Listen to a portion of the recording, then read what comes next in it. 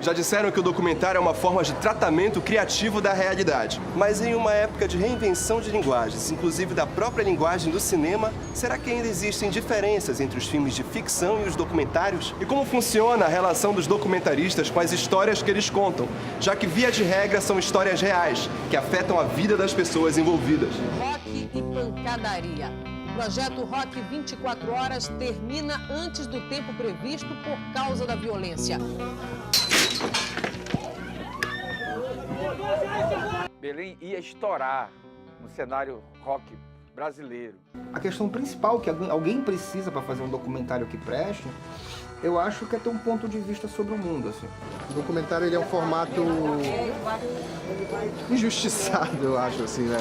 Porque ele não consegue... Até hoje a gente vê que o documentário ele não conseguiu formar público comercial para estar numa sala comercial, eu acho isso injusto. O documentário tem que ser tratado como um filme, né? Ele precisa ter virada de roteiro, ele precisa ter um primeiro ato, ele precisa ter uma narrativa que faça sentido, ele precisa ter um relevo, né, de emoção. Ele não pode ser só engraçado, ele não pode ser só dramático, ele não pode ser só um bando de gente explicando coisa. Para pedir pelos seus direitos. A nossa batalha acho que é primeiro na vida, né? Se superasse alguém. Na verdade, a gente olha o mercado de Sombrais, a gente percebe como ele atrai os mais variados tipos de pessoas, né? Eu acho que por ele ser um lugar geograficamente estratégico, que passa muitos ônibus, a maioria dos ônibus que vai para todos os lugares da cidade passam por aqui. E ao mesmo tempo que ele é um lugar tão no caminho, um lugar tão grande, tão presente para a galera, é um lugar muito invisível. Os acontecimentos são múltiplos, mas as questões continuam as mesmas. O documentário ele teria um papel muito importante nessa cidade, que é fazer essa análise da cidade que a imprensa não faz. Belém, eu acho que é uma Calcutá tropical, que perdeu o ritmo da história nas últimas 2 décadas. Inicialmente a ideia era fazer um documentário um pouco mais leve do que foi o Brega.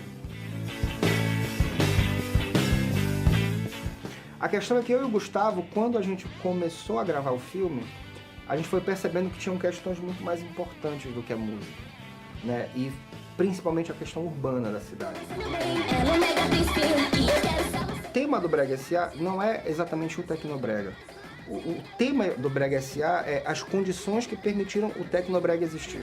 Aqui é sem viagem, mas o peito pobre vai entrar na faculdade. A palavra que define o movimento hip hop é resistência. O documentário, eu acho que olha essa palavra batalha como algo além, tipo, de tu batalhar com outro MC, de tu ver qual é a melhor rima, que também é sobre isso o documentário, mas a batalha como se a batalha diária de estar querendo fazer esse movimento acontecer, de se apropriar do espaço. O rap é a voz de quem não tem voz.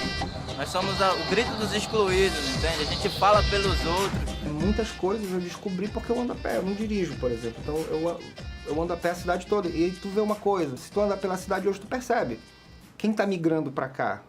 Porque nossa noção de pecado aqui é bem flexível, isso é muito legal porque nos deixa bem à vontade para viver do nosso jeito. Eu acho que quanto mais a gente elabora essa questão de viver do próprio jeito, de expressar nosso próprio sentimento, vai nos tornando assim um povo legal, alegre e feliz. Eu vinha muito com a minha mãe comprar erva aqui na própria Feira das Oliveiras e via minhas tias fazendo isso. A gente vê o movimento das pessoas aqui em Belém.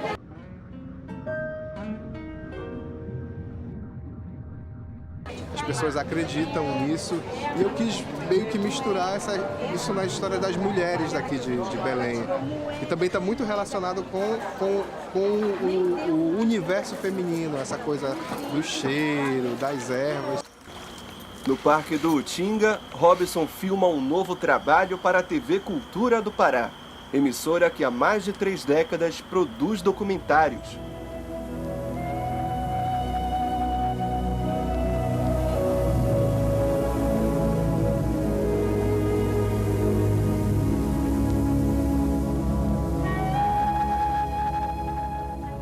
Quase 30 anos de existência da TV Cultura e são praticamente 30 anos de produção de documentário. a gente, desde o começo, fez questão de mesmo que intuitivamente, registrar a história, a cultura, a arte paraenses. E a característica principal disso é que a gente sempre se permitiu experimentar.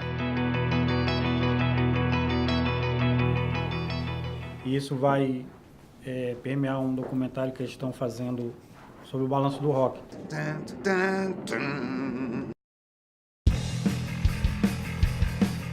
Às vezes as pessoas, a gente começa a fazer uma coisa, quando eu trabalhava lá atrás no Invasão e apresentando o programa e tal, o pessoal, você é o cara que trabalha com rock, com isso, com aquilo. Não. O primeiro documentário que eu resolvi fazer, que eu me propus a fazer, foi um documentário sobre carimbó, um documentário que falava da nossa cultura popular. Então, mostrar que meu trabalho, ele parte do outro, não parte de mim, né? A minha vontade era tocar aquele carimbó, bater aquele carimbó que eu vi meu pai tocando. A gente sempre, primeiro, buscou temas, buscou assuntos que normalmente não estavam no circuito comercial, mostrando realidade indígena, realidade social, realidade cultural do Estado e nessa época isso não era muito explorado, eu diria assim. Hora do levantamento das almas.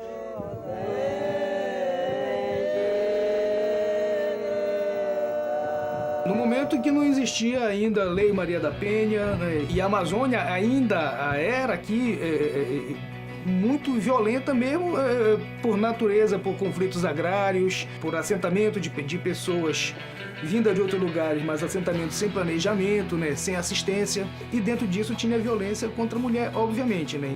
Cara, se eu tava vivo e pegava assim meu braço assim, tudo só balançando os ossos, chiando. Por quê? Porque ela estava botando chifre em mim. E a outra também.